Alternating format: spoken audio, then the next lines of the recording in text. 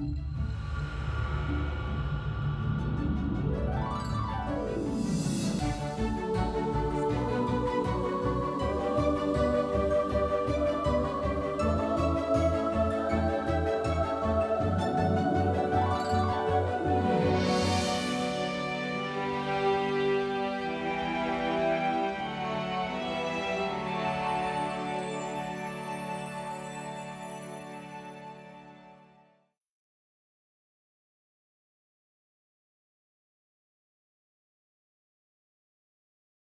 മിശിഹായ്ക്ക് സ്തുതിയായിരിക്കട്ടെ. നിത്യവിസ്മയങ്ങളിലേക്ക് സ്വാഗതം. വിശുദ്ധ ജോൺ ബോസ്കോ 1815 ജനിച്ച് 1888 നിത്യസമ്മാനത്തിന് യാത്രയായ വലിയ ഒരു വിശുദ്ധൻ. ഇറ്റലിയിലെ ബെക്കി എന്ന കൊച്ചു ഗ്രാമത്തിലാണ് അദ്ദേഹം ജനിക്കുന്നത്. ഗ്രാമീണ ശാലീനത നിറഞ്ഞു നിൽക്കുന്ന ഒരു പ്രദേശം, നാഗരികതയുടെ ഒരു തരത്തിലുമുള്ള തീണ്ടലും ഏൽക്കാത്ത പ്രദേശം.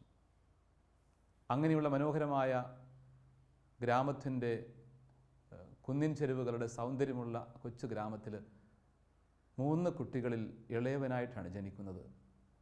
ഫ്രാൻസിസ്കോ ബോസ്കോയുടെയും മാർഗരറ്റിൻ്റെയും 3 മക്കളിൽ ഇളയവൻ. ജോണിൻ്റെ സഹോദരങ്ങൾ ആൻ്റോണിയോ, ഗുസപ്പെ എന്നിവരായിരുന്നു. അനുഗ്രഹീതമായ ഒരു കുടുംബം. പക്ഷേ സാമ്പത്തികമായി വലിയ ബുദ്ധിമുട്ടുകളും പ്രതിസന്ധികളും അവർക്കുണ്ടായിരുന്നു.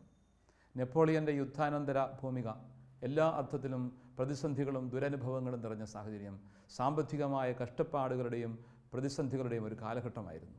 അതുകൂടാതെ 1817 ഒരു കഠിനമായ വറുതിയും എല്ലാം കൂടി ആയപ്പോൾ പട്ടിണിക്കാലം എന്ന് വേണമെങ്കിൽ വിശേഷിപ്പിക്കാവുന്ന ഒരു പ്രത്യേക പരിതോവസ്ഥയിലാണ് ജോണിൻ്റെ ചെറുപ്പകാലം.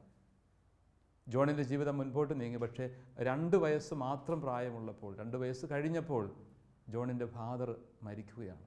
അപ്പൻ്റെ മരണത്തിന് ശേഷം ഈ 3 മക്കളെയും സംരക്ഷിക്കേണ്ട വലിയ ഉത്തരവാദിത്വം അമ്മയുടെ കരങ്ങളിൽ ഏൽപ്പിക്കപ്പെട്ടു. മമ്മ മാർഗരറ്റ് നല്ല ദൈവഭക്തിയുള്ള, തീക്ഷ്ണതയുള്ള, സ്നേഹം നിറഞ്ഞ ഒരമ്മ. മക്കളെ അതിൻ്റെ ശരിയായ അർത്ഥത്തിൽ വളർത്താനായിട്ട് ശ്രമിച്ചു. പക്ഷേ വേണ്ട വിദ്യാഭ്യാസം കൊടുക്കാനുള്ള സാമ്പത്തിക അവസ്ഥയോ സാഹചര്യങ്ങളോ ആ കുടുംബത്തിനില്ലാതെ പോയി. ഏതായിരുന്നാലും ഈ മാർഗരറ്റിൻ്റെ സ്നേഹം ജോണിനോടൊപ്പം പ്രത്യേകമായ രീതിയിലുണ്ടായിരുന്നു.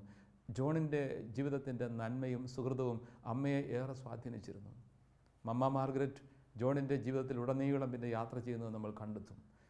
ജോണ് പുരോഹിതനായതിനു ശേഷവും ശുശ്രൂഷകളുടെ നാളുകളിലുമൊക്കെ അമ്മ ഒരു തണൽ പോലെ കൂടെ ഉണ്ടായിരുന്നു. ഈ അമ്മയുടെ സാന്നിധ്യം ജോണിന് വലിയ ശക്തിയും ദൈവസ്നേഹത്തിൻ്റെ ഒരു പ്രചോദനവുമായി മാറിയിരുന്നു.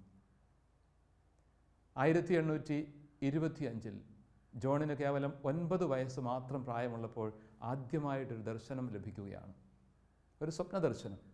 ജോൺ കാണുന്നത് കുറേയേറെ ചെറുപ്പക്കാരായ കുട്ടികൾ, യുവജനങ്ങളെന്ന് വേണമെങ്കിൽ വിശേഷിപ്പിക്കാം, കലഹിക്കുകയാണ്, പരസ്പരം മല്ലടിക്കുകയാണ്, ഒപ്പം ദൈവദൂഷണവും വിളിച്ചു പറയുന്നു. അങ്ങനെ കലഹിക്കുന്ന ഈ ചെറുപ്പക്കാരെ കണ്ടപ്പോൾ ജോണും ആ കൂടേക്ക് ഇറങ്ങിച്ചെല്ലുന്നു. സ്വപ്നത്തിൽ അങ്ങനെ തന്നെ കാണുന്നു. അവരെയൊക്കെ നിയന്ത്രിക്കാൻ ശ്രമിക്കുന്നുണ്ടെങ്കിലും ഈ യുവജനങ്ങളെ നിയന്ത്രിക്കാൻ ജോണിന് പറ്റുന്നില്ല. ഈ കുട്ടികളൊക്കെ നശിക്കുകയാണ്. എത്ര ശ്രമിച്ചിട്ടും അവരുടെ വാക്ക് പൂട്ടാനോ അവരുടെ കലഹം അവസാനിപ്പിക്കാനോ ജോണിന് പറ്റുന്നില്ല. അപ്പോൾ ഒരു സ്വരം കേൾക്കുന്നുണ്ട്, ജോൺ, നീ ഇവരെ ശിക്ഷയിലൂടെയല്ല സ്നേഹം കൊണ്ട് കീഴടക്കണം. ഒരു ശ്രദ്ധേയമായ പുരുഷ സാന്നിധ്യം, ഈ സ്വരം അവിടെ മുഴങ്ങുന്നതിൻ്റെ പിന്നിലുണ്ടായിരുന്നു. അടുത്ത ക്ഷണം തന്നെ ജോൺ കാണുന്നത് സുന്ദരിയായ ഒരു സ്ത്രീ, പരിശുദ്ധ അമ്മ തന്നെ എന്ന് അവന് ബോധ്യപ്പെടുകയാണ്. അവൻ്റെ തോളിൽ തട്ടിയിട്ട് പറയുന്നു, നീ നോക്കുക. അപ്പോഴവൻ കാണുന്നത് ക്രൂരരായ കുറേ മൃഗങ്ങൾ, ഹിംസ്ര ജന്തുക്കൾ പരസ്പരം പോരാടുന്നു, മല്ലടിക്കുന്നു. തോളിൽ തടവിക്കൊണ്ട് അമ്മ പറയുന്നു, ഇപ്പോൾ കാണുക, അതാ അവയെല്ലാം ആടുകളെ പോലെ, സ്നേഹമുള്ള കുഞ്ഞാടുകളെ പോലെ രൂപാന്തരപ്പെടുന്നു. ഇതാണ് നിൻ്റെ പ്രവർത്തന മേഖല എന്ന് അതോടൊപ്പം തന്നെ അവന് വ്യക്തമായൊരു സൂചനയും ലഭിക്കുന്നു. പക്ഷേ എന്തു ചെയ്യണമെന്നൊന്നും അവൻ അറിഞ്ഞുകൂടാ. പരിശുദ്ധ അമ്മ അപ്രത്യക്ഷയായി. ജോണിന് ലഭിച്ച ഈ വലിയൊരു ദർശനം അവൻ്റെ ജീവിതത്തിൽ അവൻ്റെ ഭാവി ശുശ്രൂഷയെക്കുറിച്ചുള്ള വ്യക്തമായ കാഴ്ചപ്പാടുകളായി ആ കൊച്ചു മനസ്സിലുണ്ടായിരുന്നു. പക്ഷേ എന്തു ചെയ്യണം, എങ്ങനെ ചെയ്യണം എന്നൊന്നും ജോണിന് യാതൊരു ഗ്രാഹ്യവും ലഭിച്ചില്ല. അങ്ങനെ ജോൺ തൻ്റെ പഠനത്തിൻ്റെ വഴികളിൽ വിഷമിക്കുന്ന കാലഘട്ടത്തിലാണ് വന്യനായ ഒരു വൈദികൻ ഫാദർ ജോസഫ് കഫാസോ ഈ കുഞ്ഞിൻ്റെ നന്മ തിരിച്ചറിഞ്ഞുകൊണ്ട് അവന് പഠിക്കാനുള്ള സൗകര്യങ്ങൾ ചെയ്തു കൊടുക്കുന്നു. പഠനത്തിലും മിടുക്കനായിരുന്നു അവൻ. എല്ലാ കഴിവുകളും മികവുകളുമുള്ള ഈ കുട്ടി എല്ലാ അർത്ഥത്തിലും ദൈവത്തിൻ്റെ കരങ്ങളിലെ ഉപകരണമാകണം എന്നീ അച്ഛന് ബോധ്യമുണ്ടായിരുന്നു. സാവധാനം അവൻ്റെ വിളി കണ്ടെത്തുകയാണ്. കർത്താവിന് തന്നെ സമർപ്പിക്കാൻ പുരോഹിതനായി. 1835 ജോൺ സെമിനാരിയിൽ ചേരുന്നു. 1841 ടൂറിനിലെ ആർച്ച് ബിഷപ്പിൽ നിന്നും പൗരോഹിത്യം സ്വീകരിക്കുന്നു. അദ്ദേഹം പുരോഹിതനായി തൻ്റെ ശുശ്രൂഷാ മേഖലകളിലേക്ക് കടക്കുമ്പോൾ അദ്ദേഹത്തിന് അസാധാരണമായ ചില ശൈലികളുണ്ടായിരുന്നു. ചെറുപ്പത്തിൽ തന്നെ പല ഞൊടുക്കുവേലകളും മാജിക് ഷോ പോലെയുള്ള പല പരിപാടികളും കണ്ടുകൊണ്ട് അതൊക്കെ പെട്ടെന്ന് പഠിച്ചെടുക്കാനുള്ള കഴിവ് ജോണിനുണ്ടായിരുന്നു. അതുകൊണ്ട് കുട്ടികളെ ആകർഷിക്കാൻ, അവരെ സ്വാധീനിക്കാനൊക്കെ പല ടെക്നിക്കുകളും ജോൺ ഉപയോഗിക്കാൻ ശ്രമിച്ചു. എന്ന് മാത്രമല്ല, അദ്ദേഹത്തിന് ആദ്യം കിട്ടിയ നിയോഗം തന്നെ ഒരു ബോർഡിങ്ങിൻ്റെ ചുമതല, ഒപ്പം ജയിലുകൾ സന്ദർശിക്കുവാനുള്ള ജോലി, കാറ്റഗിസം പഠിപ്പിക്കുവാനുള്ള ജോലി, ഇങ്ങനെയുള്ള കുറേ ഉത്തരവാദിത്തങ്ങളാണ്. അപ്പോൾ യുവവൈദികനായ ഈ ജോൺ, ബോർഡിങ്ങിൻ്റെ ചാർജ് വഹിക്കുന്ന വ്യക്തി, കുട്ടികളുടെ ജീവിതത്തിൻ്റെ പ്രശ്നങ്ങൾ തൊട്ടറിയുന്നു, അനുഭവിച്ചറിയുന്നു. അവരൊക്കെ പലതരത്തിലും തിന്മകളുടെ സ്വാധീനത്തിൽപ്പെട്ട് പരസ്പരം ഭിന്നിച്ചും അകന്നുകൊണ്ടിരിക്കുന്നെന്ന് ബോധ്യപ്പെട്ട് ജോൺ അവരെക്കുറിച്ചൊക്കെ വേദനിക്കുന്നവനായി മാറുന്നു. എന്നുമാത്രമല്ല, അദ്ദേഹം തടവറകൾ സന്ദർശിക്കുമ്പോൾ അവിടെ കണ്ടുമുട്ടുന്ന ചെറുപ്പക്കാർ 12-നും 18-നുമൊക്കെ വയസ്സ് പ്രായമുള്ളവർ വലിയ പ്രതിസന്ധികളിലാണ്.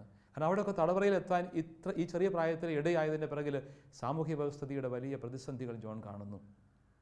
എങ്ങനെയെങ്കിലും ഈ ചെറുപ്പക്കാരെ രക്ഷിക്കുന്നില്ലെങ്കിൽ അടുത്ത ഭാവി തന്നെ അപകടത്തിലാവും എന്ന് അദ്ദേഹത്തിന് ബോധ്യമാവുകയാണ്. അതോടൊപ്പം ചേരികൾ ആ പ്രദേശത്ത് ധാരാളമായി വർദ്ധിച്ചു വന്നിരുന്നു. കൊടിയ ദാരിദ്ര്യവും പട്ടിണിയും എല്ലാം ചേർന്നുകൊണ്ട് രൂപപ്പെടുത്തിയെടുത്ത ചേരികളിൽ എല്ലാവിധ തിന്മകളും നടമാടി. അങ്ങനെ ചേരികളിലൂടെ ദുർമാർഗ ജീവിതങ്ങൾ വളർന്നു വന്ന സാഹചര്യത്തിൽ ജോണിൻ്റെ ഹൃദയം വല്ലാതെ വേദനിച്ചു.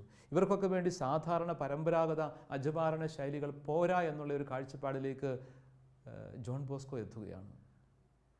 ജോണിൻ്റെ ജീവിതത്തിലെ പുതിയ ഒരു ബോധ്യം, പുതിയൊരു കാഴ്ചപ്പാട്, ശിക്ഷണത്തേക്കാൾ അല്ലെങ്കിൽ ശിക്ഷയേക്കാൾ ഉപരി സ്നേഹം കൊണ്ട് ഹൃദയങ്ങളെ കീഴടക്കുന്ന ശൈലി, പുതിയ മെത്തേഡ്സ് ഉപയോഗിച്ചുകൊണ്ട് അവരെ സ്നേഹം കൊണ്ട് വശീകരിച്ച് അവരെ വാക്കുകളിലൂടെ, പ്രവൃത്തികളിലൂടെ, ചില പ്രത്യേക ശൈലികളിലൂടെ സ്വാധീനിച്ചെടുക്കുക, മാജിക് ഷോയിലൂടെയൊക്കെ കുട്ടികളെ അടുത്ത് കൊണ്ടുവരിക, അങ്ങനെ വിവിധങ്ങളായ കഴിവുകളൊക്കെ ഉപയോഗിച്ചുകൊണ്ട് ഈ കുഞ്ഞുങ്ങളെ സംഘടിപ്പിക്കുവാൻ അദ്ദേഹം ശ്രമിക്കുന്ന സാഹചര്യം.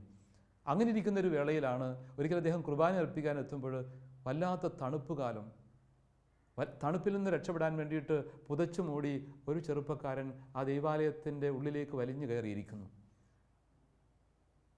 അവൻ കുർബാന കാണാൻ വന്നതല്ല, വിശുദ്ധ കുർബാനയിൽ പങ്കെടുക്കാൻ വന്ന വ്യക്തിയല്ല. ഇത് കണ്ടപ്പോൾ അവിടെ ഉണ്ടായിരുന്ന അൾത്താര ശുശ്രൂഷി വല്ലാതെ കോപിച്ചുകൊണ്ട് അവനെ അടിച്ചു പുറത്താക്കാൻ ശ്രമിക്കുന്നു. ജോണിന് വല്ലാത്ത സങ്കടമായി. ജോൺ പറഞ്ഞു, അവൻ എൻ്റെ കുട്ടിയാണ്, അവനെ ഉപദ്രവിക്കരുത്. ജോൺ അവനോട് ചോദിച്ചു, നിൻ്റെ പേരെന്താ?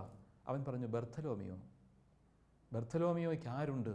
അവൻ പറഞ്ഞു, എനിക്ക് ആരുമില്ല, ഞാൻ നിസ്സഹായനാണ്, നിരാലംബനാണ്. ജോണിന് അവനോട് ഒത്തിരി സ്നേഹം തോന്നി. ജോൺ പറഞ്ഞു, മോനെ, നിനക്ക് കുർബാനയിൽ പങ്കെടുക്കാൻ കഴിയുമോ? അൾത്താരയിൽ ശുശ്രൂഷ ചെയ്യാൻ കഴിയുമോ? അവൻ പറഞ്ഞു, ഞാൻ ശ്രമിക്കാം. അവനാവുന്ന വിധം അവൻ അൾത്താരയിൽ ശുശ്രൂഷ ചെയ്യാനായിട്ട് ശ്രമിക്കുകയാണ്. അതവൻ്റെ ജീവിതത്തിൽ ആദ്യം ലഭിച്ച വെളിച്ചമാണ്. സ്നേഹത്തിൻ്റെ ഇത്തിരി വെട്ടം കിട്ടിയപ്പോൾ അവൻ തൻ്റെ ജീവിതം ജോണിനോട് ചേർത്ത് വെക്കുകയാണ്. അതൊരു വലിയ തുടക്കമായിരുന്നു. യുവജന പ്രസ്ഥാനങ്ങളുടെയും ശുശ്രൂഷകളുടെയും വലിയ ഒരു തുടക്കമായിട്ടത് മാറുകയാണ്. ബർത്തലോമിയോ തൻ്റെ കൂട്ടുകാരെ വിളിച്ചുകൊണ്ട് വരുന്നു. അങ്ങനെ ധാരാളം ചെറുപ്പക്കാരെത്തുന്നു. അവരെ ആകർഷിക്കുവാൻ ജോൺ വളരെ വ്യത്യസ്തമായ ശൈലികൾ സ്വീകരിക്കുന്നു. പഠന ശൈലികൾ, അവതരണ ശൈലികൾ ഒക്കെ വളരെ വ്യത്യസ്തമായിരുന്നു അദ്ദേഹത്തിൻ്റെത്. അസാധാരണമായ ദൈവം കൊടുത്ത സിദ്ധികൾ മുഴുവനും ഈ യുവജനങ്ങളെ ഓർഗനൈസ് ചെയ്തുകൊണ്ട് അവർക്ക് വേണ്ടിയുള്ള ശുശ്രൂഷകൾ നിർവഹിക്കുന്നതിന് വേണ്ടി ജോൺ വിനിയോഗിക്കുകയാണ്. അങ്ങനെ ധാരാളം മഹത്തായ ശുശ്രൂഷാ മേഖലകൾ ആ പ്രദേശങ്ങളിലെല്ലാം തുടക്കം കുറിക്കുന്നു. ഇതൊക്കെ എങ്ങനെ കൊണ്ടുപോകും, എങ്ങനെയാണ് ഇതിനൊക്കെ നടത്താൻ പറ്റുക എന്നുള്ള ചോദ്യങ്ങൾ ആ സമയത്ത് ഉയരുന്നുണ്ട്. അദ്ദേഹത്തിൻ്റെ സഹപ്രവർത്തകരായിട്ടൊക്കെ കടന്നു വരുന്ന ആളുകൾക്ക് തന്നെ വല്ലാത്ത ആശങ്കയുണ്ടായി. സഭയുടെ നേതൃത്വത്തിലുള്ള വ്യക്തികൾ പോലും ആശങ്കയോടെ തന്നെ നോക്കിക്കണ്ടു. കാരണം ഇതിനുള്ള പണം എവിടെ നിന്ന് കിട്ടും, എങ്ങനെ ഇതൊക്കെ നടത്തിക്കൊണ്ടു പോകും? അതിനിടയിലാണൊരു ഓർഫനേജിന് തുടക്കം കുറിക്കുന്ന സാഹചര്യങ്ങൾ ഉണ്ടാവുന്നത്. അമ്മയോടൊപ്പം അദ്ദേഹം ഭവനത്തിലായിരിക്കുന്ന വേളയിൽ വാതിലിൽ ആരോ വന്ന് മുട്ടുന്നു. കതക് തുറക്കുമ്പോൾ കാണുന്നത് വല്ലാതെ വിഷമിച്ച് നനഞ്ഞൊലിച്ച ഒരു പയ്യൻ അവിടെ എത്തിയിരിക്കുന്നു.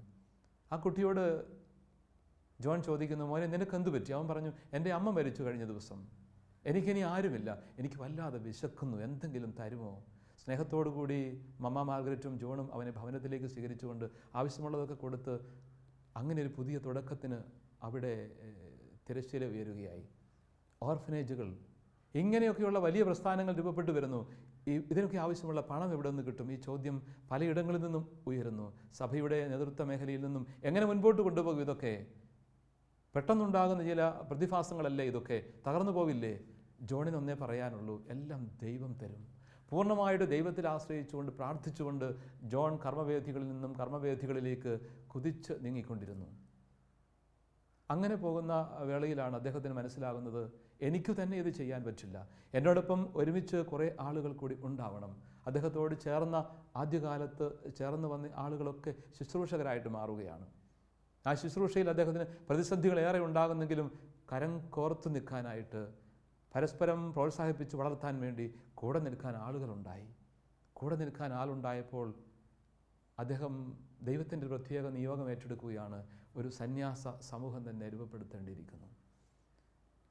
അങ്ങനെ ദൈവത്തിൻ്റെ പ്രത്യേകമായ സവിശേഷമായ പദ്ധതിയിൽ സലേഷ്യൻ കോൺഗ്രിഗേഷൻ എന്ന പേരിൽ സലേഷ്യൻസ് ഓഫ് ഡോൺ ബോസ്കോ എന്ന സന്യാസ സമൂഹം രൂപപ്പെടുന്നു. വിശുദ്ധ ഫ്രാൻസിസ് ഡി സെയിൽസിൻ്റെ പ്രത്യേക കാരിസം ഏറ്റുവാങ്ങിക്കൊണ്ട് ആ പുണ്യവാനെ പേട്രനായിട്ട് സ്വീകരിച്ചുകൊണ്ട് തന്നെ ഡോൺ ബോസ്കോ തൻ്റെതായ രൂപത്തിലും ഭാവത്തിലും ശൈലിയിലും പുതിയ പ്രവർത്തന സാധ്യതകൾ തുറന്നിട്ടുകൊണ്ട് സലേഷ്യൻ സന്യാസ സമൂഹത്തിന് രൂപം കൊടുക്കുന്നു. 1869 അതിന് അംഗീകാരവും ലഭിക്കുന്നു. അങ്ങനെ പുതിയൊരു പ്രവർത്തന പദ്ധതിയും പുതിയൊരു പ്രവർത്തന ശൈലിയും ലോകത്തിൽ ആരംഭിക്കുന്നതിന് ഡോൺ ബോസ്കോ കാരണമാകുന്നു. ഡോൺ ബോസ്കോയുടെ സഹോദരങ്ങൾ അല്ലെങ്കിൽ സന്യാസ സമൂഹത്തിൽപ്പെട്ടവർ തങ്ങളുടെ ശുശ്രൂഷാ മേഖലകൾ വളരെയധികം വിപുലമാക്കി. പെട്ടെന്ന് പുതിയ പുതിയ പദ്ധതികൾ ആവിഷ്കരിച്ചു. ഇന്ന് ലോകമെമ്പാടും വ്യാപിച്ചു കിടക്കുന്ന ലോകത്തിലെ തന്നെ ഏറ്റവും വലിയ സന്യാസ സമൂഹങ്ങളൊന്നായ സലേഷ്യൻ സന്യാസ സമൂഹം ലോകമെമ്പാടും യുവജനങ്ങൾക്ക് വേണ്ടിയിട്ടുള്ള, കുട്ടികൾക്ക് വേണ്ടിയിട്ടുള്ള ഉന്നതമായ ശുശ്രൂഷകളിൽ വ്യാപൃതരാണ്. വിദ്യാഭ്യാസ സ്ഥാപനങ്ങൾ, ട്രേഡ് സ്കൂൾസ് തുടങ്ങിയവയൊക്കെ വളരെ വിപുലമായ രീതിയിൽ നടത്തി വരുന്നു. യുവജനങ്ങൾക്ക് വേണ്ടിയും കുട്ടികൾക്കും വേണ്ടിയിട്ടുള്ള പ്രത്യേക പരിശീലന പദ്ധതികൾ തന്നെ അവർക്കുണ്ട്. അങ്ങനെ ലോകത്തിൻ്റെ ഒരു ഭാവി മുമ്പിൽ കണ്ടുകൊണ്ട് വളരുന്ന യുവത്വത്തെ ശരിയാവണ്ണം തിരിച്ചുവിടാനുള്ള വ്യക്തമായ പദ്ധതികളോടുകൂടി ഈ സന്യാസ സമൂഹം മുൻപോട്ട് നീങ്ങി. അതോടൊപ്പം തന്നെ പെൺകുട്ടികളുടെ കാര്യത്തിലും ഒരു തീരുമാനമെടുക്കണം എന്ന് ജോണിന് ബോധ്യപ്പെടുകയാണ്. ധാരാളം പെൺകുട്ടികൾ അനാഥരായിട്ടും നിരാലംബരായിട്ടും പലതരത്തിലും ആരും പരിഗണിക്കാനില്ലാതെയും കഴിയുന്ന സാഹചര്യം. അതുകൊണ്ട് പെൺകുട്ടികൾക്ക് വേണ്ടി തന്നെയുള്ളൊരു സന്യാസ സമൂഹം ഉണ്ടാവണം. സലേഷ്യൻ സിസ്റ്റേഴ്സ് അങ്ങനെ രൂപപ്പെടുകയാണ്. തൻ്റെ മഹത്തായ ജീവിതത്തിൻ്റെ വഴികളിലൂടെ ജോൺ യാത്ര ചെയ്യുന്നു. അദ്ദേഹത്തിന് ഏറെ പ്രതിസന്ധികൾ ഉണ്ടാകുന്നു. ഒരു പ്രത്യേക സാഹചര്യത്തിൽ അദ്ദേഹത്തെ ശത്രുക്കളിൽ നിന്നും രക്ഷിക്കാനായിട്ട് എപ്പോഴും കൂടെ കൊണ്ടു നടക്കുന്ന ഒരു നായ ഇടപെടുന്ന രംഗമൊക്കെ വളരെ കൗതുകമുണർത്തുന്ന കാര്യമാണ്. ശത്രു കടന്നാക്രമിക്കുന്ന വേളയിൽ ശക്തനായ ഒരു പോരാളിയെപ്പോലെ ഈ നായ ഇടപെടുകയും ശത്രുവിനെ ഓടിക്കുകയും ചെയ്യുന്നു. ഒരു സംരക്ഷകൻ എന്ന വിധം കൂടെ നടക്കുന്ന ഒരു സുഹൃത്തെന്ന നിലയിലാണ് ഈ നായ ജോണിനോടൊപ്പം പിന്നീട് ഉണ്ടായിരുന്നെന്നും പറയപ്പെടുന്നു. ഏതായിരുന്നാലും ജോൺ ബോസ്കോയുടെ ജീവിതം വലിയ ഒരു ജീവിത സാക്ഷ്യമായിട്ട് ലോകത്തിന് മുമ്പിൽ നിന്നും അടയാളപ്പെടുത്തപ്പെട്ടിരിക്കുന്നു. അദ്ദേഹത്തിൻ്റെ മുമ്പോട്ടുള്ള ജീവിതത്തിൻ്റെ വഴികളിൽ അദ്ദേഹം ഏറെ തളരുന്നുണ്ട്. മരണത്തോടടുക്കുന്ന വേളയിൽ അദ്ദേഹത്തിന് മനസ്സിലാകുന്നു, ഇനി അധികം നാൾ എനിക്ക് ഈ ഭൂമിയിലില്ല. കാരണം എൻ്റെ ദൗത്യം ഞാൻ കൈമാറിക്കഴിഞ്ഞു. അദ്ദേഹം തൻ്റെ സഹസന്യാസിമാരെയൊക്കെ അടുത്ത് വിളിച്ചിട്ട് പറയുന്നു, ഞാൻ നിത്യസമ്മാനത്തിനായിട്ട് യാത്രയാവുകയാണ്. ഈ ദൗത്യം നിങ്ങൾ തുടരണം. 2-3 കാര്യങ്ങൾ പ്രധാനമായിട്ട് ശ്രദ്ധിക്കുക. വിശുദ്ധ കുർബാനയോടുള്ള വലിയ സ്നേഹവും ഭക്തിയും ഉണ്ടായിരിക്കണം. പരിശുദ്ധ അമ്മയോട് വലിയ സ്നേഹമുണ്ടായിരിക്കണം, ഭക്തി ഉണ്ടായിരിക്കണം. ഒപ്പം സഭാ നേതൃത്വത്തോട്, മാർപ്പാപ്പായോടുള്ള വലിയ സ്നേഹവും ആദരവും, ഇതൊക്കെ ജീവിതത്തിൽ സൂക്ഷിച്ചുകൊണ്ട് നിങ്ങളുടെ ശുശ്രൂഷകളുമായി മുൻപോട്ട് പോവുക. പരിശുദ്ധ അമ്മ നിങ്ങൾക്ക് താങ്ങും തുണയുമായിരിക്കും. 1888 ജാനുവരി 31 ആ ധന്യമായ ജീവിതം നിത്യസമ്മാനത്തിന് യാത്രയായി.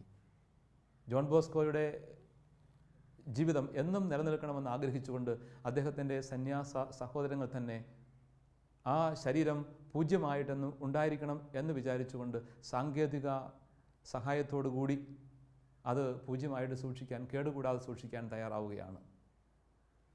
അങ്ങനെ അത്തരത്തിൽ സൂക്ഷിക്കപ്പെട്ട ശരീരം ഇന്നും അത് കേടുകൂടാതെ തിരുശേഷിപ്പായിട്ട് തന്നെ സൂക്ഷിക്കപ്പെടുന്നുണ്ട്. പക്ഷേ സാങ്കേതിക സഹായത്തിൻ്റെ സാങ്കേതിക സഹായത്തോടു കൂടി തന്നെ സൂക്ഷിച്ചതുകൊണ്ട് അതൊരു പ്രത്യേക അത്ഭുതമായിട്ട് കാണപ്പെടുന്നില്ലെങ്കിലും ദൈവത്തിൻ്റെ വലിയ പരിപാലനയിൽ ആ ശരീരം ഒരു അടയാളം പോലെ ആയിരിക്കണം എന്ന് ദൈവം തിരുമനസ്സായതുകൊണ്ട് ഇന്നും അത് അങ്ങനെ തന്നെ തിരുശേഷിപ്പായിട്ട് തുടരുന്നു. ഈ വലിയ വിശുദ്ധൻ്റെ ജീവിതത്തിൻ്റെ വഴികളിലൂടെ നമുക്ക് യാത്ര തുടരാം. ആ പുണ്യജീവിതത്തെ അടുത്ത് നിരീക്ഷിക്കാനും സ്നേഹപൂർവ്വം അനുധാവനം ചെയ്യാനും പൗരോഹിത്യത്തിൽ ആനന്ദിച്ച സന്തോഷത്തോടെ സ്നേഹത്തോടെ തൻ്റെ ശുശ്രൂഷകൾ ചെയ്തുകൊണ്ട് ധാരാളം യുവജനങ്ങളെ ചലനാത്മകമാക്കി മാറ്റിയ ആ ജീവിതത്തിൻ്റെ മഹത്വം നമുക്ക് വലിയ പ്രചോദനമായി മാറട്ടെ. ആ വഴികളിലൂടെ നമുക്കും സ്നേഹപൂർവ്വം യാത്ര ചെയ്യാം.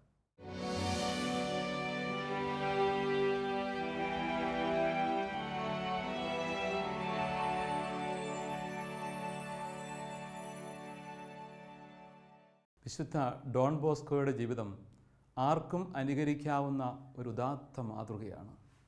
സാധാരണക്കാരായ ആളുകളുടെ ജീവിതശൈലിയിലേക്ക് ഇറങ്ങിച്ചെന്നുകൊണ്ട് വിശുദ്ധിയുടെ വഴികളിലൂടെ യാത്ര ചെയ്യാൻ പ്രേരിപ്പിക്കുന്ന ഒരു ധന്യജീവിതം. പ്രാർത്ഥനയും പ്രവർത്തനവും എത്ര മനോഹരമായിട്ടാണ് അവിടെ സമ്മേളിച്ചിരിക്കുന്നത്. ഈശോ സന്ദർശിക്കുന്ന ഈശോയുടെ പ്രിയപ്പെട്ട ഭവനമായ ബഥാനിയ ഭവനത്തിലെ മറിയവും മാർത്തയും. ഈശോ സന്ദർശിക്കുന്ന വേളയിൽ മറിയം പാതാന്തികത്തിലിരിക്കുന്നുണ്ട്. മാർത്ത പരിചരിക്കാൻ വേണ്ടി വ്യഗ്രചിത്തിയായി ഓടി നടക്കുന്നു. ഈശോ പറയുന്നൊരു കാര്യമുണ്ട്, പരിഭവമൊഴികൾക്ക് മറുപടി എന്ന വിധം. മർത്തായുടെ പരിഭവം ഇതാണ്, കർത്താവെ, അവളങ്ങനെ വെറുതെ ഇരുന്നാൽ പോരാ, എന്നെ സഹായിക്കാൻ പറഞ്ഞു വിട്, ഒത്തിരി കാര്യങ്ങൾ ചെയ്തു തീർക്കാനുണ്ട്.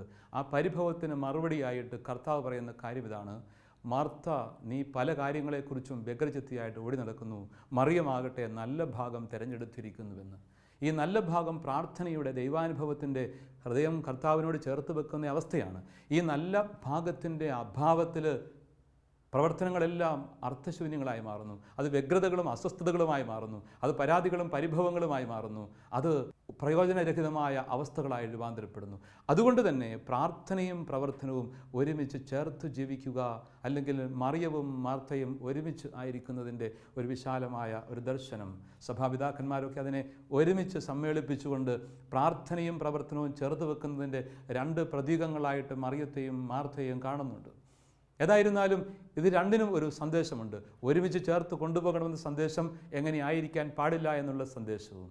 പ്രാർത്ഥന തന്നെയാണ് പ്രവർത്തനവും എന്ന് പറയുന്നവരുണ്ട്. Work is worship.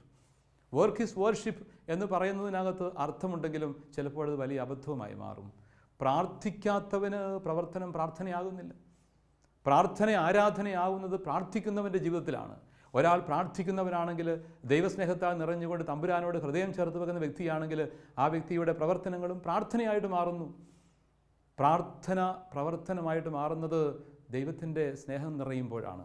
എൻ്റെ പ്രവർത്തനങ്ങളുടെ വഴികളിലും പ്രാർത്ഥനയ്ക്ക് ഒത്തിരി സാധ്യതകളുണ്ട്. ജപമാല ചൊല്ലിക്കൊണ്ട് സാധാരണ കർമ്മങ്ങൾ, സാധാരണ വീട്ടുജോലികൾ നിർവഹിക്കുന്ന വീട്ടമ്മമാരെ പരിചയമുണ്ട്. പല ജോലികൾക്കിടയിലും യാത്രകൾക്കിടയിലും നിരന്തരം പ്രാർത്ഥിച്ചുകൊണ്ട് ദൈവത്തെ സ്തുതിച്ചുകൊണ്ടിരിക്കുന്ന ധാരാളം സുഹൃത്തുക്കളുണ്ട്. യാത്രയിൽ ഇത്ര ജപമാല ദൂരം യാത്ര ചെയ്യാം എന്ന് പോലും പറഞ്ഞ് യാത്രയുടെ ദൂരത്തെ പോലും അളക്കാൻ പാകത്തിൽ നിരന്തരം ജപമാല അർപ്പിക്കുന്ന സഹോദരങ്ങളെ കണ്ടിട്ടുണ്ട്. അതൊക്കെ പ്രാർത്ഥനയും പ്രവർത്തനവും ചേർത്ത് കൊണ്ടുപോകുന്നൊരു ശൈലിയാണ്. രണ്ടും തമ്മിൽ ഒരുപോലെ ചേരുമ്പോൾ അനുഗ്രഹമായി മാറുന്നു, പ്രവർത്തനം ഫലസമൃദ്ധമായി മാറുന്നു. നമ്മുടെ പ്രവർത്തനങ്ങൾ ദൈവത്തിൻ്റെ ഹിതം പൂർത്തിയാക്കുന്നതിന് വേണ്ടിയിട്ടാണ്. അപ്പോൾ ദൈവഹിതമാണ് എന്നിലൂടെ നിർവഹിക്കപ്പെടേണ്ടത് എന്നുള്ള നിഷ്ഠ ഉണ്ടാകണമെങ്കിൽ പ്രാർത്ഥന വേണം. ഞാൻ ചെയ്യുന്ന പ്രവൃത്തികൾ പലപ്പോഴും എന്നെ മടുപ്പിക്കുന്നുണ്ട്. മടുത്തു ഞാനെന്ന് പറയുന്നു, നേരമില്ല എന്ന് ശഠിക്കുന്നു, അല്ലാതെ കുറ്റപ്പെടുത്തുന്നു. അടിസ്ഥാനപരമായ കാരണം ചെയ്യേണ്ട പല കാര്യങ്ങളും ചെയ്യേണ്ടതുപോലെ ചെയ്യുന്നില്ല എന്നുള്ളതാണ്. ചെയ്യേണ്ടാത്ത, നിന്നെ ഏൽപ്പിക്കാത്ത പല കാര്യങ്ങളും നീ തലയിടുന്നു. ചെയ്യരുതാത്ത കാര്യങ്ങൾ ചെയ്തു കൂട്ടുന്നു, അനാവശ്യമായി സമയം ചെലവഴിക്കുന്നു, അരുതാത്തതൊക്കെ ചെയ്തു കൂട്ടുന്നു, സ്വാർത്ഥ ലക്ഷ്യത്തോടു കൂടി ഞാൻ കുതിച്ചു പായുന്നു. അവിടെയൊക്കെ തളർച്ചയുണ്ടാകും. ദൈവം ഏൽപ്പിച്ച കാര്യങ്ങൾ ചെയ്യുമ്പോഴുണ്ടാകുന്ന തളർച്ച ആനന്ദത്തിൻ്റെ തളർച്ചയാണ്. അതൊരു വളർച്ചയാണ്. അത് ശാരീരികമായ ക്ഷീണമായിട്ട് ചിലപ്പോൾ മാറാമെങ്കിലും മനസ്സിനും ആത്മാവിനും അത് അനുഗ്രഹവും സന്തോഷവും സമൃദ്ധിയുമായിരിക്കും. ആ ഒരു വലിയ സമർപ്പണത്തിൻ്റെ ജീവിത ശൈലിയിലേക്കാണ് നമ്മൾ കടന്നു വരേണ്ടത്. ഡോൺ ബോസ്കോയുടെ ജീവിതം ആനന്ദത്തിൻ്റെ ജീവിതമായിരുന്നു. ദൈവികമായ ഒരു ആനന്ദം സാധാരണക്കാരുടെ ജീവിതത്തിലേക്ക് ഇറങ്ങി വന്ന്, അത് ഏറ്റവും അവഗണിക്കപ്പെട്ടവരുടെ ഇടയിലേക്ക് ഇറങ്ങി വന്ന് സന്തോഷത്തോടെ തൻ്റെ ശുശ്രൂഷ നിർവഹിച്ചു. പൗരോഹിത്യം ആനന്ദത്തോടെ ജീവിച്ച പുണ്യവാൻ അദ്ദേഹം ഡോൺ ബോസ്കോ. ആ ഒരു ശൈലി എന്തുമാത്രം സന്തോഷത്തോടും സ്നേഹത്തോടും ആനന്ദത്തോടും കൂടിയാണ് ജീവിക്കാൻ പറ്റുക. തെസലോനിക്ക ലേഖനത്തിലൊക്കെ പൗലോസ്ലീഹ പറയുന്നത് പോലെ എപ്പോഴും സന്തോഷിക്കുക, പ്രാർത്ഥനാനിരതരായിരിക്കുക, എല്ലാത്തിലും ദൈവത്തിന് നന്ദി പറയുക, എപ്പോഴും സന്തോഷചിത്തരായിരിക്കുക, പ്രാർത്ഥിച്ചുകൊണ്ടിരിക്കുക, എല്ലാ കാര്യങ്ങളിലും ദൈവത്തിന് നന്ദി പറയുക. അതാണ് ജീവിതശൈലി. തെസ്സലോനിക്കയിലെ സഭയ്ക്ക് അപ്പസ്തോലൻ പറഞ്ഞു കൊടുക്കുന്ന ഒരു ജീവിതശൈലിയാണത്. എപ്പോഴും സന്തോഷത്തോടെ ഇരിക്കുക, ആനന്ദത്തോടു കൂടി ഇരിക്കുക. എവിടെയാണ് ഈ ആനന്ദം ഇരിക്കുന്നത്? ആനന്ദം എവിടെയാണെന്ന് വഴിതെറ്റിപ്പോകുന്ന പലപ്പോഴും പ്രശ്നം. ഒരിക്കൽ ഒരു കഥയിൽ ഇങ്ങനെ പറയാറുണ്ട്, ദേവന്മാർ മനുഷ്യലോകത്തെ സന്തോഷം കണ്ടിട്ട് മനസ്സ് വിഷമിച്ചിട്ട് അവരുടെ ഉള്ളിലുള്ള സന്തോഷം എടുത്ത് എവിടെയോ ഒളിച്ചു വെക്കാൻ തീരുമാനിച്ചത്രേ. അങ്ങനെ ഒളിച്ചു വെക്കാനായിട്ട് തീരുമാനമായി. അപ്പോൾ അവർ തമ്മിൽ ചർച്ച ചെയ്യുന്ന വേളയിൽ എവിടെ കൊണ്ട് വെച്ചാലാണിത് മാറിയിരിക്കുന്നത്? അപ്പോൾ ഒരു ദേവൻ പറഞ്ഞു, അത് കടലിൻ്റെ ആഴങ്ങളിൽ കൊണ്ട് നമുക്ക് വെച്ചേക്കാം, അവിടെ ആരും പോയി കണ്ടുപിടിക്കുകയില്ല. അപ്പോൾ മറ്റുള്ളവർ പറഞ്ഞു, അല്ലല്ല, മനുഷ്യൻ ബുദ്ധിമാനാണ്, അവൻ കടലിൻ്റെ ആഴങ്ങളിലേക്ക് ഇറങ്ങിയിട്ട് അത് കണ്ടെത്തും. വേറൊരു ദേവൻ പറഞ്ഞു, നമുക്ക് അന്യഗ്രഹങ്ങളിൽ കൊണ്ടുവെക്കാം, അവിടെ മനുഷ്യനില്ലല്ലോ. അപ്പോൾ മറ്റു ചിലർ പറഞ്ഞു, അങ്ങനെയല്ല, അവിടെയും മനുഷ്യനെത്തും, അവൻ ബുദ്ധിമാനാണ്, സാങ്കേതിക മികവിൽ അവൻ വളർന്നുകൊണ്ടിരിക്കുകയല്ലേ, അതുകൊണ്ടത് പറ്റില്ല. അപ്പോഴാണ് ബുദ്ധിമാനായ ഒരു ദേവൻ പറയുന്നത്, അവൻ്റെ ഉള്ളിൽ തന്നെ സന്തോഷം നമുക്ക് ഒളിച്ചു വെക്കാം, അവൻ ഉള്ളിലേക്ക് തിരിയുന്നില്ല, അപ്പോൾ അവന് സന്തോഷം കണ്ടെത്താൻ പറ്റുകയില്ല. സന്തോഷം നമ്മുടെ ഉള്ളിൽ തന്നെയാണ്. കഥയ്ക്കകത്ത് ആ ഒരു കാര്യം മാത്രമേ ഉള്ളൂ, ബാക്കിയൊന്നുമില്ല. ഉള്ളിൽ തന്നെയാണ് സന്തോഷം. എൻ്റെ ഉള്ളിൽ, എൻ്റെ ആന്തരികതയിൽ ദൈവത്തിൻ്റെ സ്നേഹത്തിൻ്റെ ഇടം ഞാൻ കണ്ടെത്തുമ്പോൾ, ദൈവത്തെ കണ്ടെത്തുമ്പോൾ, അവിടെ ദൈവം നൽകുന്ന സന്തോഷമാണ് യഥാർത്ഥ സന്തോഷം. ആ സന്തോഷം ഞാൻ കണ്ടെത്തി കഴിഞ്ഞാൽ പിന്നെ ബാഹ്യ മേഖലകളിൽ, മറ്റ് ഭൗതിക മേഖലകളിലൊന്നും സന്തോഷം തേടി അലയേണ്ടി വരില്ല. ഈ സന്തോഷത്തിൻ്റെ ബഹിർസ്ഫുരണങ്ങളായിട്ട് ബാഹ്യമേഖലകളെയും സന്തോഷഭരിതമാക്കാൻ പറ്റും. ഇവിടെ സന്തോഷം നിറയുമ്പോൾ അവിടെയും ആ സന്തോഷത്തിൻ്റെ അലയടികൾ ഉണ്ടാകും. അത് ഇതിന് മാറ്റുകൂട്ടിക്കൊണ്ട് എൻ്റെ ജീവിതത്തെ അനുഗ്രഹിക്കും. അങ്ങനെ സന്തോഷചിത്തരായിട്ട് എല്ലാവരെയും സന്തോഷിപ്പിച്ചുകൊണ്ട് വിശുദ്ധിയുടെ, ശുദ്ധമായ സന്തോഷം, അരുതാത്ത സന്തോഷമല്ല, ശുദ്ധിയുള്ള സന്തോഷത്തിൽ ദൈവത്തിൻ്റെ സ്നേഹത്താൽ നിറയുന്ന, യഥാർത്ഥ സഹോദര സ്നേഹത്താൽ നിറയുന്ന നന്മയുടെ സന്തോഷം, ശാശ്വതമായൊരു സന്തോഷത്തിൽ ജീവിക്കുവാൻ നമുക്ക് കഴിയണം. ഇത് ക്രിസ്തു ശിഷ്യൻ്റെ ജീവിതശൈലിയുടെ ഒരു സ്വഭാവ ഗുണമാണെന്ന് നമുക്ക് മറക്കാതിരിക്കാം. പുണ്യവാൻ്റെ ജീവിതത്തിൻ്റെ മറ്റൊരു പ്രത്യേകത, അദ്ദേഹം പാവങ്ങൾക്ക് വേണ്ടി, അതും കുട്ടികൾക്ക് വേണ്ടി, യുവജനങ്ങൾക്ക് വേണ്ടി ജീവിതം സമർപ്പിച്ചവനായിരുന്നു. നാളെയെക്കുറിച്ചുള്ള സ്വപ്നങ്ങൾ മനസ്സിലുണ്ടായിരുന്നെന്നർത്ഥം. തകർന്ന ജീവിതങ്ങളെ കാണുമ്പോൾ മൂക്കത്ത് വിരൽ വെച്ചിട്ട് കാര്യമില്ല. തകരുന്ന യൗവനങ്ങളെ കാണുമ്പോൾ, കുട്ടികളെ കാണുമ്പോൾ പരിതപിച്ചിട്ട് കാര്യമില്ല. അവരെക്കുറിച്ചുള്ള സ്വപ്നങ്ങൾ മനസ്സിൽ സൂക്ഷിക്കണം. മൈക്കിൾ ആഞ്ചലോയുടെ മുമ്പിൽ ഒരു പാറക്കല്ല് കണ്ടു കഴിഞ്ഞാൽ അതിൽ മാലാഖയെ തിരിച്ചറിയാൻ അദ്ദേഹത്തിന് കഴിയുമായിരുന്നു. മാലാഖയെ പാറക്കല്ലിൽ കാണുന്ന ആ ഒരു മനോഭാവം, സ്വപ്നങ്ങൾ ഉണ്ടാവണം. നന്മയുടെ സ്വപ്നങ്ങൾ വളരുന്ന തലമുറയിൽ കാണാൻ നമുക്ക് കഴിയണം. ഒരു തലമുറയുടെ സ്വപ്നങ്ങൾ മനസ്സിൽ സൂക്ഷിച്ച വ്യക്തികൾ, അവരാണ് മഹാത്മാക്കൾ. ഭാരതത്തെക്കുറിച്ച് സ്വപ്നം കണ്ടൊരു മഹാത്മാവാണല്ലോ കടന്നുപോയ ശ്രീ അബ്ദുൽ കലാം. സ്വപ്നങ്ങൾ മനസ്സിൽ സൂക്ഷിപ്പിച്ചു. തൻ്റെ വ്യക്തിപരമായ സ്വപ്നങ്ങളല്ല, ഭാരതത്തിൻ്റെ വളർച്ചയെക്കുറിച്ച്, നാളെയെക്കുറിച്ചുള്ള സ്വപ്നങ്ങൾ, നന്മയുടെ സ്വപ്നങ്ങൾ, ആ പൂക്കാലമാണ് നമ്മുടെ മനസ്സിലുണ്ടാവേണ്ടത്.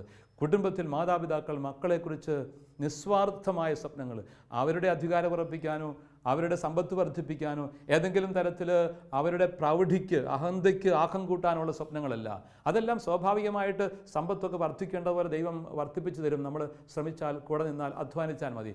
സ്വപ്നം കാണേണ്ടത് നന്മയിൽ വളരാൻ വേണ്ടിയിട്ട്, സമൂഹത്തിലെ ഒരു സാന്നിധ്യമായിട്ടും നന്മയുടെ അടയാളമായിട്ടും മക്കൾ വളരാൻ വേണ്ടി മാതാപിതാക്കൾ സ്വപ്നം കാണണം.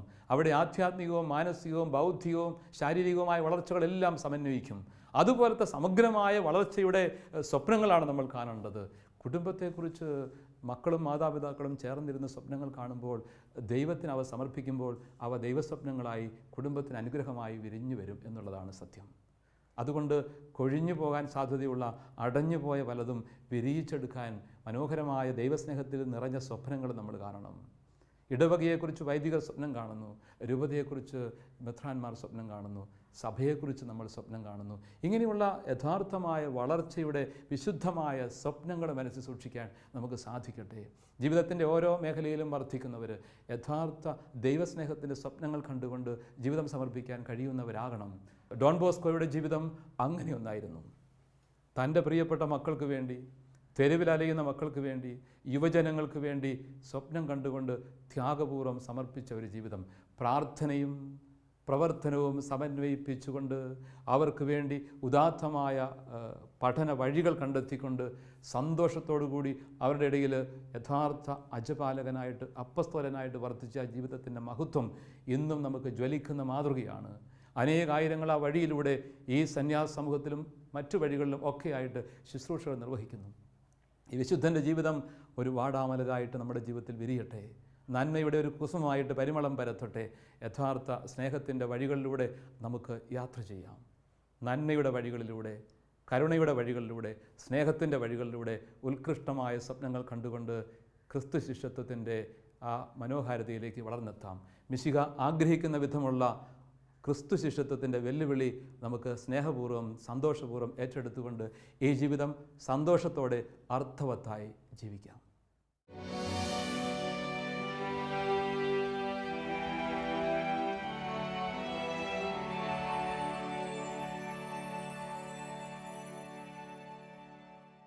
കണ്ണുകളടച്ച് നമുക്ക് ദൈവസന്നിധിയിലേക്ക് തിരിയാം. നല്ലവനും കാരുണ്യവാനുമായ ദൈവമേ, അവിടുത്തെ വലിയ കൃപയോർത്ത് അങ്ങേക്ക് നന്ദി പറയുന്നു. വിശുദ്ധ ഡോൺ ബോസ്കോയെ ഞങ്ങൾക്ക് മാതൃകയും മധ്യസ്ഥനുമായി നൽകിയല്ലോ. യുവജനങ്ങളുടെ മധ്യസ്ഥനായ ശുശ്രൂഷാ മേഖലകൾക്ക് വലിയ ചൈതന്യമായി മാറിയ ഈ വിശുദ്ധൻ്റെ ജീവിതത്തിൻ്റെ ജ്വലിക്കുന്ന മാതൃകകൾ ഞങ്ങളെ ശക്തിപ്പെടുത്തട്ടെ. യുവജനങ്ങൾ വിശുദ്ധിയിൽ വളരുന്നതിന് ഞങ്ങളുടെ ജീവിതവും സമർപ്പിതമാകട്ടെ. സ്നേഹത്തോടെ ആനന്ദത്തോടെ അങ്ങേ മഹത്വപ്പെടുത്തിക്കൊണ്ട് സുവിശേഷത്തിന് സാക്ഷിയായി മാറുവാൻ ഞങ്ങൾക്ക് ലഭിച്ചിരിക്കുന്ന ഈ ജീവിതം അർത്ഥപൂർണമായി സന്തോഷത്തോടുകൂടി അങ്ങേക്ക് സാക്ഷ്യം വഹിച്ചുകൊണ്ട് ഞങ്ങളുടെ ചുറ്റുപാടുമുള്ള തകരുന്ന ജീവിതങ്ങൾക്ക് തണലായി മാറുവാൻ, അവർക്കൊക്കെ ദിശാബോധം നൽകി നയിക്കുവാൻ, പ്രത്യേകിച്ചും യുവജനങ്ങൾക്കും കുഞ്ഞുങ്ങൾക്കൊക്കെ വേണ്ടി ഞങ്ങളുടെ ജീവിതത്തിൽ ചെയ്യാവുന്ന അത്രയും നന്മകൾ ചെയ്തുകൊണ്ട് വിശുദ്ധിയുടെ വഴികളിലൂടെ അവരെ തിരിച്ചുവിടുവാൻ ഞങ്ങളെ ഉപകരണമാക്കിയാലും. ഞങ്ങളെയും ഞങ്ങളുടെ കുടുംബങ്ങളെയും വളരുന്ന തലമുറയും യുവജനങ്ങളെയും എല്ലാം സമർപ്പിച്ച് പ്രാർത്ഥിക്കുന്നു. അങ്ങേ പരിശുദ്ധാത്മാവിനാൽ എല്ലാവരെയും നയിച്ച് അനുഗ്രഹിക്കണമേ. വിശുദ്ധ ഡോൺ ബോസ്കോ ഞങ്ങൾക്ക് വേണ്ടി മാധ്യസ്ഥം പ്രാർത്ഥിക്കണമേ. പിതാവും പുത്രനും പരിശുദ്ധാത്മാവുമായ സർവേശ്വര എന്നേക്കും.